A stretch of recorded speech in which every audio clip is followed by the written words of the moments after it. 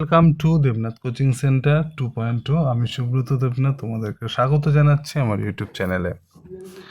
তো Garden Reach Ship Builder Limited মানে GRSE তোমাদের প্র্যাকটিক্যাল এক্সাম কিন্তু হয়ে গেছে, সমস্ত ট্রেডের হয়নি। পাইপ ফিটার, তারপর স্ট্রাকচারাল ফিটার, ফিটার ট্রেডের এদের মোটামুটি প্র্যাকটিক্যাল হয়ে গেছে বা স্কিল টেস্ট হয়ে গেছে। তো আমার কাছে একজন ক্যান্ডিডেট GRSEর তোমার RTI একটা ছেলে পাঠিয়েছিল। তো সেই RTI এর ভিত্তিতে আমি তোমাদের আজকে ডিসকাস করার কিছু জিনিস আছে, সেগুলো আমি একটু আলোচনা করব যে তোমাদের ফাইনাল কাট আপ কত যেতে পারে। দেখো, প্রথমত জার্নিম্যান ফিটারের কথা বলি, সেখানে সিট ছিল টোটাল 10টা। এই ITIর মধ্যে তোমরা জানতে পারবে যে URA কতজন স্কিল টেস্ট দিয়েছে, SCতে কতজন দিয়েছে, STতে কতজন দিয়েছে, EWSে কতজন দিয়েছে, OBCতে কতজন দিয়েছে, আর ফাইনাল মেরিট তোমাদের কত যেতে পারে। ঠিক আছে, চলো এই ITIটা আমরা দেখে নিই। দেখো, ফার্স্ট অফ অল যে কোয়ারি ছিল ক্যান্ডিডেটের, সে হচ্ছে ক্যাটাগরি ওয়াইজ কতজন স্কিল টেস্টের জন্য সিলেকশন পেয়েছে। URএর জন্য 23 জন, OBCর জন্য 13 জন, SCর জন্য 13 জন, STর জন্য 5 জন, EWSের জন্য 5 জন। এই ক্যান্ডিডেটগুলো কিন্তু পরীক্ষায় বসেছে। ঠিক আছে, এই ক্যান্ডিডেটগুলো কিন্তু পরীক্ষায় বসেছে, মানে স্কিল টেস্টে অ্যাটেন্ড করেছে। এবার তোমাদের জানতে হবে যে সিট কতগুলো ছিল। টোটাল কিন্তু সিট ছিল 10টা। ঠিক আছে, URএর সিট ছিল 4টে সিটের জন্য 23 জন ক্যান্ডিডেটকে কিন্তু ডাকা হয়েছিল। ঠিক আছে, আচ্ছা, OBCর সিট কটা ছিল? OBCর সিট ছিল তোমার দুটো সিটের জন্য কিন্তু 13 জন ক্যান্ডিডেটকে ডাকা হয়েছে। আচ্ছা, SCর সিট কতগুলো ছিল? SCর সিট ছিল 2টো, সেই 2টো সিটের জন্য কিন্তু 13 জনকে ডাকা হয়েছে। আচ্ছা, STর কতগুলো সিট ছিল? STর কিন্তু সিট ছিল তোমাদের একটা সিটের জন্য 5 জনকে ডাকা হয়েছে। EWSের কতগুলো সিট ছিল? EWSের কিন্তু সিট ছিল একটা, এই একটা সিটের জন্য কিন্তু 5 জনকে ডাকা হয়েছে। তাহলে হয়ে গেল, দেখো, 4টে, 2টো 6টা, 6টা 2টো 8টা, 8টা 2টো 10টা। ঠিক আছে, তাহলে তোমরা বুঝতে পারলে 4টে সিটের জন্য 23 জনকে ডাকা হয়েছে, তার মানে 5 টাইমস বলতে পারো, মানে 6 টাইমস, 6 গুণ ক্যান্ডিডেটকে প্রায় ডাকা হয়েছে। এখানে 13টা 2টো সিটের জন্য 13 জনকে ডাকা হয়েছে, এখানেও বলতে পারো 6 গুণই ডাকা হয়েছে, একজন বেশি ডাকা হয়েছে। এখানেও সেম, SCর ক্ষেত্রে 2টো সিট ছিল, 13 জনকে ডাকা হয়েছে, মোটামুটি 6 গুণ। ST আর EWSের একটা সিট, এখানে 5 গুণ ডাকা হয়েছে, মোটামুটি 5 গুণ 6 গুণ এরকম ক্যান্ডিডেট কিন্তু তোমাদের ডাকা হয়েছে। ঠিক আছে, এবার RTI রিপ্লাই হয়েছে ম্যাক্সিমাম মার্কস কত গেছে আর কাট আপ কত গেছে। দেখো, জেনারেলের কাট আপ গেছে 91 ম্যাক্সিমাম, মানে এই যে 23 জন ক্যান্ডিডেটকে ডাকা হয়েছে, 23 জন ক্যান্ডিডেটের মধ্যে একজন 91 পেয়েছে আউট অফ 100, আর একজন সর্বনিম্ন যে মার্কসটা সেটা হচ্ছে 84, মানে URএর কাট আপ কিন্তু 84 গেছে। OBCর দেখো, OBCর কাট আপ গেছে 82 আর ম্যাক্সিমাম মার্কস হচ্ছে 85। আচ্ছা, SCর কিন্তু মিনিমাম মার্কস যেটা সেটা গেছে তোমার 83, ম্যাক্সিমাম যে পেয়েছে সে 89। STর দেখো মিনিমাম 74 আর ম্যাক্সিমাম যে গেছে সে পেয়েছে 76। EWSের দেখো মিনিমাম 73 আর ম্যাক্সিমাম যে পেয়েছে সে পেয়েছে 81। এবার হচ্ছে মেন মুদ্রা, সেটা হচ্ছে কাট আপটা কত যেতে পারে। এবার একটা জিনিস তোমাদের মাথায় রাখতে হবে, জেনারেলের সিট কিন্তু 4টে।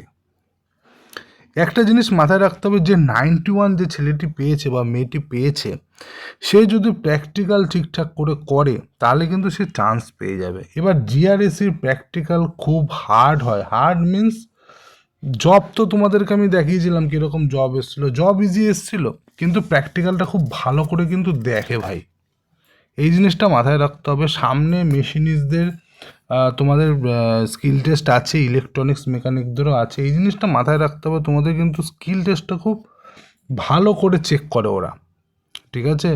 যেমন তেমন করে আসলে কিন্তু তোমাদের স্কিল টেস্টই বাদ দিয়ে দেওয়া হবে, ঠিক আছে?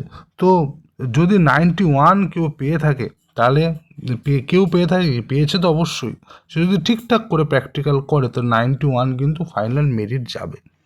এটা আমার অ্যাজামশান বলতে পারো, যে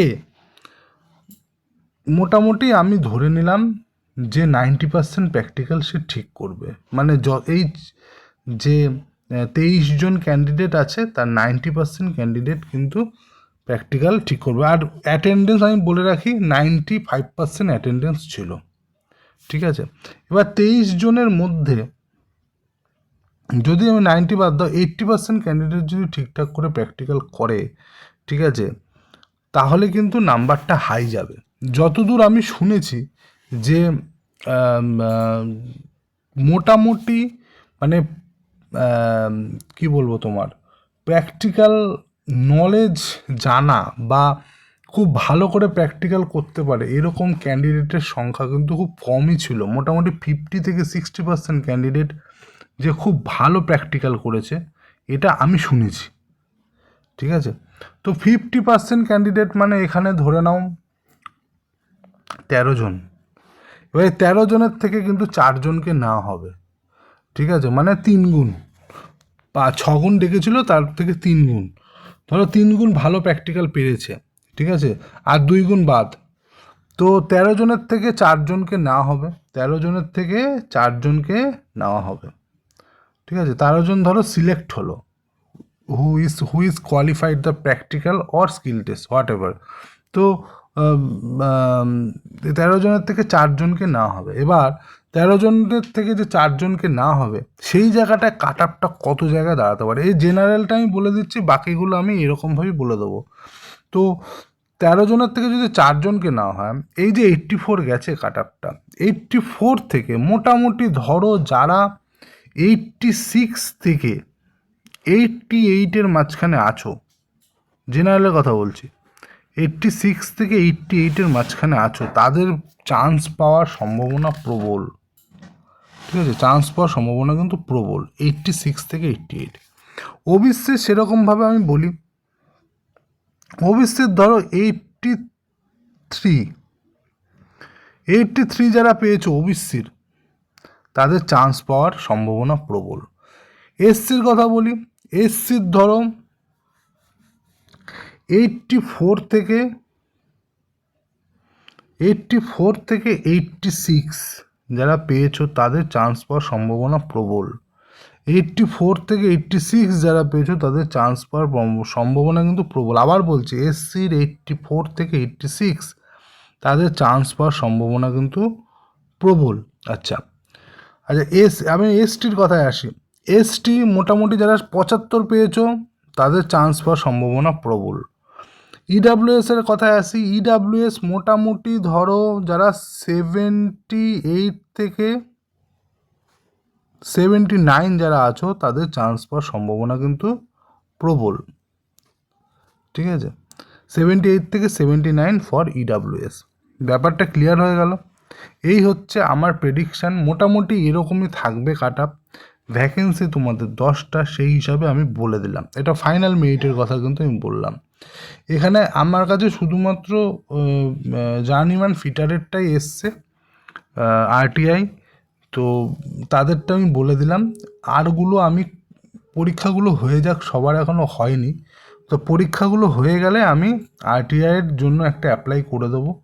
তো তাদের রিপ্লাই চলে আসলে আমি সবগুলোরই কাট আপ, যতগুলো পোস্টের বেরিয়েছিল সবগুলো পোস্টের আমি কাট আপ বলে দেবো, যে এত কাট আপ যেতে পারে ফাইনাল মেরিট, ঠিক আছে? তো আমার কাছে এই একটা এসেছিলো, একটাটা আমি বলে দিলাম, ঠিক আছে? তো এই হচ্ছে ব্যাপার। চ্যানেলটা আমার একদমই নতুন, চ্যানেলটাকে তোমরা সাপোর্ট করো, লাইক করো, সাবস্ক্রাইব করো।